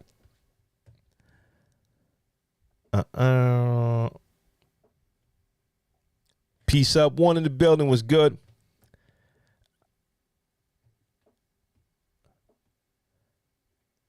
I've been to a club once where the night ended in gunshots. Oh, yeah. Unfortunately, I have to say I've been there as well. Not that club, but the gunshots. Yeah. More than once, actually, but only once that it was actually inside in front of the DJ booth. That's that's a different experience, I have to say. A couple of times that there were like shootings and craziness happening outside of the club, and that is something that probably happens everywhere, from either just a simple fist fight to like stabbings, shootings. It can happen. Inside, luckily, I've only had that happen once. Like being like the first person in like have a front row seat to that while you're freaking playing Project GMB Maria. Super chilled out. Bop, bop. So we can't blame the music on that one. That's for sure. When I'm playing some like crazy type of aggressive music, nothing like that. Oxenbrand said, just noticed I lost track of time. Got to go back to work. I appreciate you for being here, even though you're probably long gone now. I'm keeping track of time, though. I said 90 minutes, and we definitely passed that, but that's okay. Mike Shaw was good. How do you protect your hearing when DJing? DJ I says.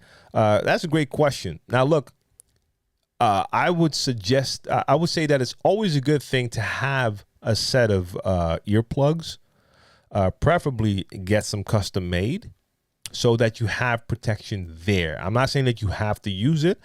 If the venue is set up in the right way, then you should be able to control your own volume because you have control of your monitors. If that's the case, you can control the amount of volume you want to enter your ears. And you want to make sure you keep that to a reasonable level. And I've seen DJs who clearly lost a lot of hearing because they have their monitors so loud that I would stand next to them and it would hurt my ears. Ain't that crazy? You're standing next to someone. You've been watching them. They've been DJing for quite a while. you go on after them. So a couple minutes before I go on, I walk over to make sure my headphones are ready, and I stepped into that monitor zone. I had to like quickly move back out of it because it pierced my ears in a way like, whoa, that is loud. He'd been playing in there for like an hour and a half. So his hearing was already down the drain, basically. So if you have the option to control your volume, then you should control your volume. Sometimes you could be in a venue or a different type of setting where either you're in front of the speakers. I've had that as well. So the venue speakers are basically behind you. So you're catching all of that madness, that loudness. You can't turn that down because that's the volume for the people. That's when the earplugs can help you out. I have a set of custom earplugs. I have them with me most of the time. And I have like, you can have different filters in there. So I think I have a -5, -10, and -15 or -20 dB. So if necessary, I can take out a ton of sound. I don't like using them because they take out some of the ambiance as well. So you don't hear the crowd reaction as well. You name it, you miss some of their energy. But if you feel that the environment is just too loud, you want to protect your ears, you need to have something to protect your ears. So I think it's important to have a set of those. And the prices are going to be different everywhere. I have no idea what I paid for mine because I've had them for a long, long time. But the thing with the custom in-ears is protection. So not in-ears as in monitors, but protection is they measure your ears, your ear canal, and then you get one that fits your ears perfectly instead of just getting some cheap plugs. But if you don't have customs, just make sure you at least have a set of just cheap earplugs, something you can use to protect your ears. Cold Switch, how are you feeling about the Cross 12? Would you use those as your go-to decks? Yes, please. Yes, please. Can I have a set? I would love a set. I would absolutely love to have a set of those. Only had a chance to mess around with one. That's because my Pioneer Connect here only had one. I think he currently still only has one. I'm going to get that one back here to do more testing. But for a full experience, I need a full set. I absolutely love them. The feeling was, I love the one I had. The feeling was amazing. It worked great as a normal turntable, but that controller mode was just spot on. Absolutely spot on. So to have an actual turntable that I can use with my vinyl, and with a flick of a switch, I can turn it into a controller. I love them. Yeah. Crazy expensive, but that was not the question. The question was how I'm feeling about them. I love them. Can't afford them. Would love to have them. Raider One, shout out to you. DJ Hawk with the bits. I appreciate that too. Even though I'm late with that. And I only got to catch a little bit of your set, DJ Hawk. Unfortunately, I did not have time to check a lot of it. And I appreciate, I love the fact that you just reached out like, hey, I'm going live. And you were going in 10 and I got you to go in 5 so we could do that raid. So I'm glad you could do that because I know it's not always easy to have to start a stream rushed. I know there's stuff that needs to be prepped and made ready. So I'm glad we were able to make that work.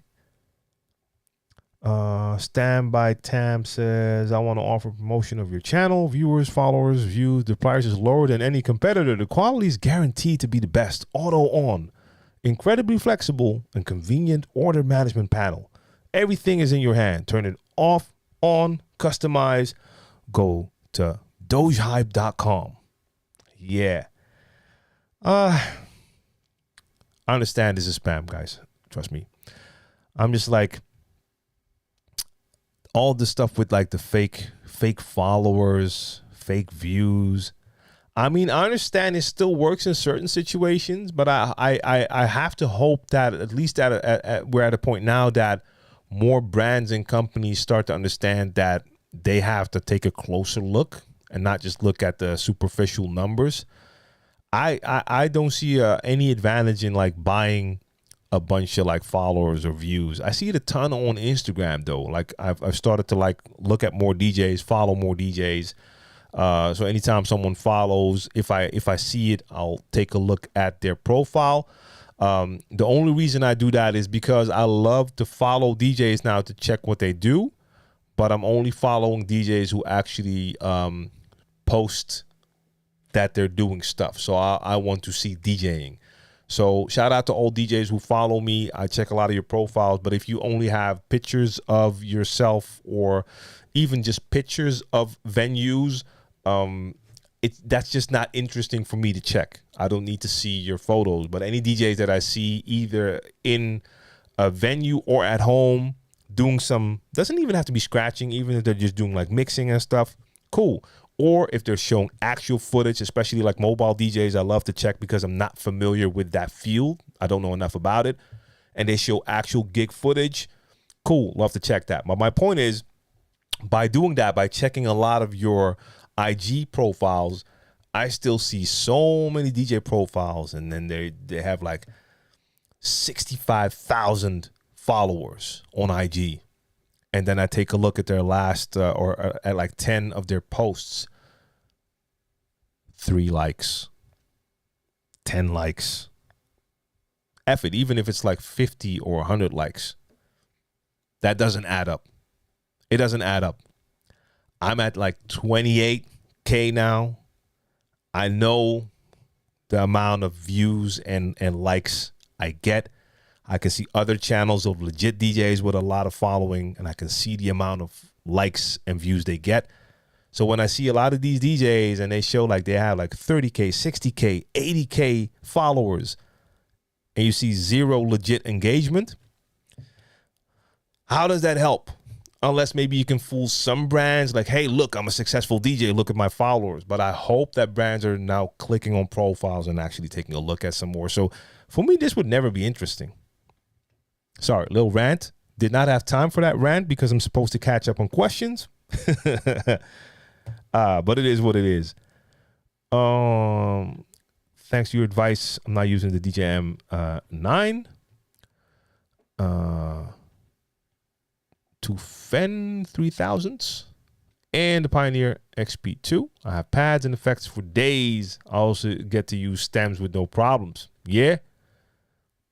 The XP2, I had the SP1. That XP2, I liked that one when I saw it. Never got a chance to really work with it. Still love my, the 9A. I don't have the 9A. I have the 900 SRT. But I'm glad I was able to point you in the right direction, though. DJ The Force. Good to see you. Yeah, George Mike, I thought it was going to be CDJ 3000s. I saw the Fen 3000s. It was like, it probably has to be the CDJs. Absolutely love those, by the way. Sumer says, anyone remember Torque? Yes, I do. Yes, I do. There were a couple of DJs here in Amsterdam who gave that a try. I personally never used it. I saw a couple of DJs use that for a minute, but it was literally like a minute. I've seen 2 DJs use it, and I don't think I've seen them use it after a couple of gigs. I have to assume it doesn't exist anymore because I've not heard that name in forever. But yeah, I remember. Novell and Davidson, what's going on from Cape Town? Good to see you.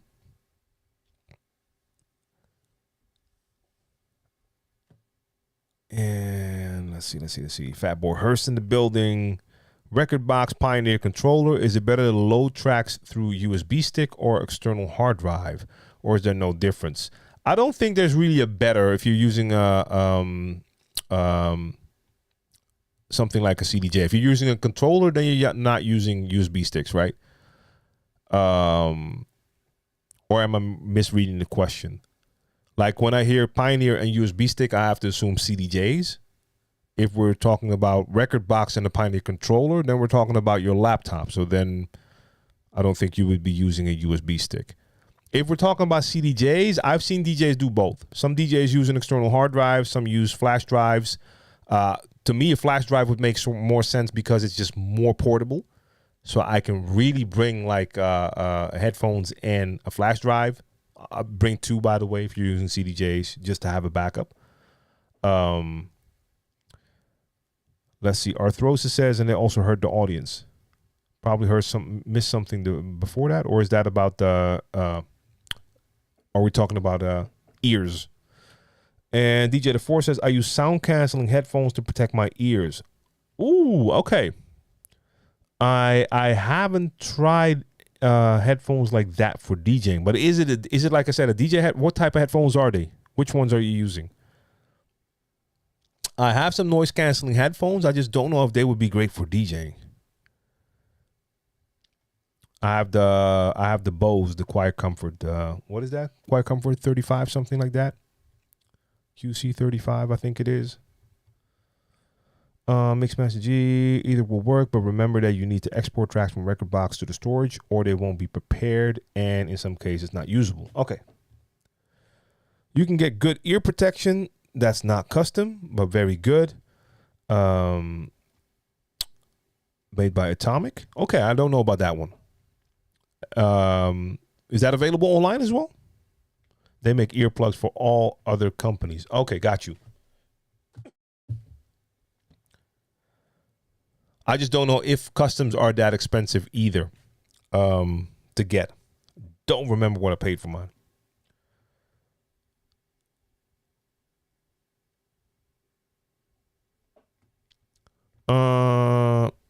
P-Sub says, I would love to be part of the next raid, if that's still on the table. Well, there hasn't been a first one yet, so it's not even on the table. It's going to happen for sure, and I want to do that on a regular basis as well. So like I said, I'll be looking around, but yes, anyone who wants to be part of that, it's always a good idea to reach out. I'm going to make sure once I have some dates ready before that time, I'll make like a couple of announcements to let people know where they can reach me, just in case I haven't checked your channels yet, so that you can reach out to me, because I want to make sure we get many different people on board for that.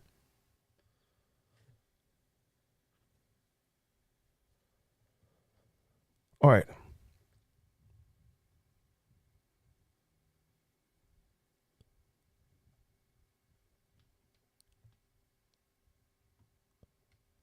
Pioneer Flex 10 with a Denon Mark II is awesome to use together.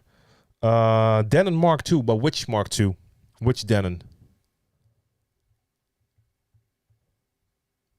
And DJ, is that DJ Learn or DJ LRN? Enjoyed the stream yesterday. Recently unboxed the Rain 1 I had for 2 months. All right. It's cool, but I think I prefer my Denon DJ MCX 8000. Yeah. I only bought the Rain 1 because I thought the 8000 was dying. It's fine, but old now. What do you think of the Rain 1? Maybe I need to spend more time getting to know the gear. I mean, it is totally different. Like there's pretty big difference between an MCX 8000 and a Rain 1. I don't know. I mean, I can't tell what would work for you. I'm very into how stuff feels for me. That's why I'm also into the motorized platters.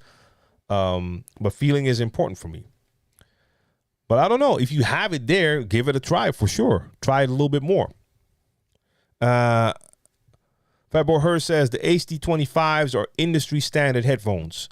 I have to say the Sennheiser HD25 was one of my favorite pairs of DJ headphones. So I absolutely love it. I went through 2 pairs at least. I don't know if we can still say that's the industry standard.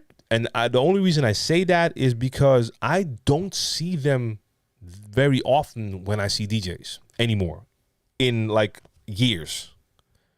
I see a ton of different headphones out there. From Pioneers to Sonys to V-Modas to totally different brands. So at a certain point when I was using them, that was like one of the 2 headphones you would run into the most. And I still think they are one of my favorite pairs of headphones. Just the form factor, the loudness, and everything. But I don't think they're that present anymore. I still want to get another pair, by the way, just to have one. That's what I like about the IIIs that I use, the TMA 2s. They have a form factor that's a little bit comparable to AC25s. I don't know what got in my eye. K-Video is the brand I use. It's an inexpensive headphone, but I want to hear, and it has decent sound. Okay, haven't heard that before. I need a piece of paper. Hold up.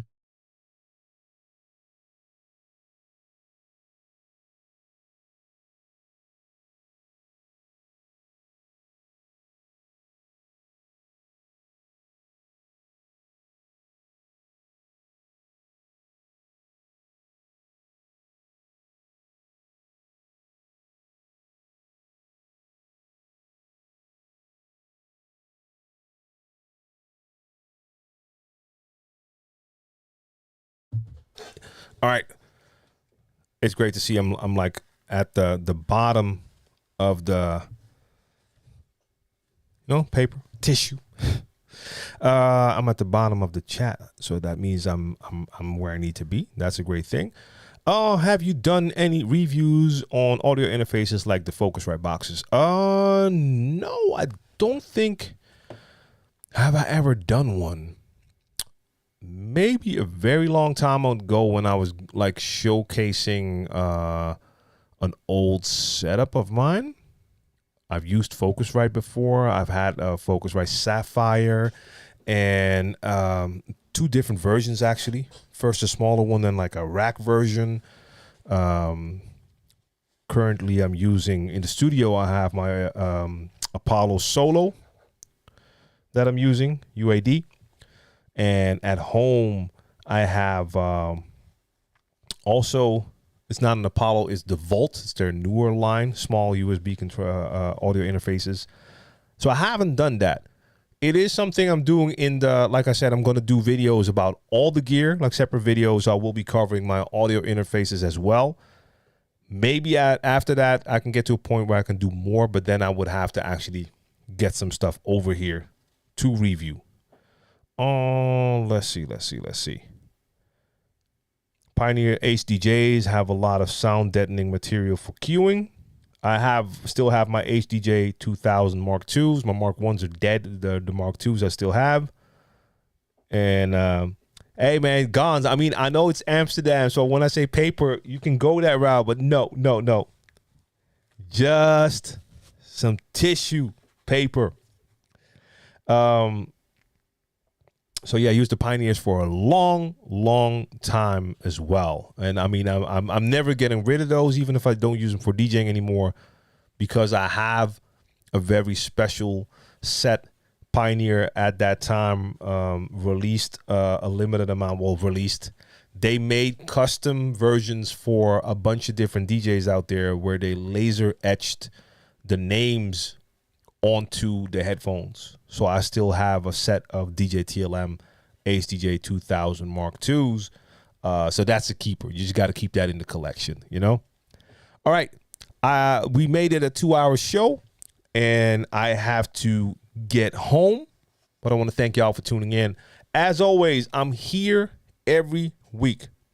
Every Monday, you can catch me here for the Q&A. So any DJ-related questions, jump in on Monday. I'm right here. On Thursdays, I have my Certified Bangers mix show. That's all about that energetic hip hop. On Sunday, I do my Sunday sessions. That's where I get into that laid back R&B vibe. If you want to support the platform, DJ TLM TV, Craze Radio, you name it. If you want to support the platform in any way, the best way to do that is to go check out djtlmtv.com. That's my membership site. You can become a member. That is the best way, better than Twitch subs or anything else, because those take a large percentage. The membership site is on mine, so that support actually ends up in the right place. Also, my merch site, same site, so you can catch all of that there. So join me here on Thursday for Certified Bangers. And as I said, a lot of videos are on the way. That's all on my YouTube channel, DJ TLM TV. So if you're not subscribed to DJ TLM TV, make sure you head over to YouTube so you won't miss out on any of that. All of y'all in the chat, appreciate y'all to the fullest. Appreciate your input. That helps me out a lot as well. And join me here next time, all right? Peace.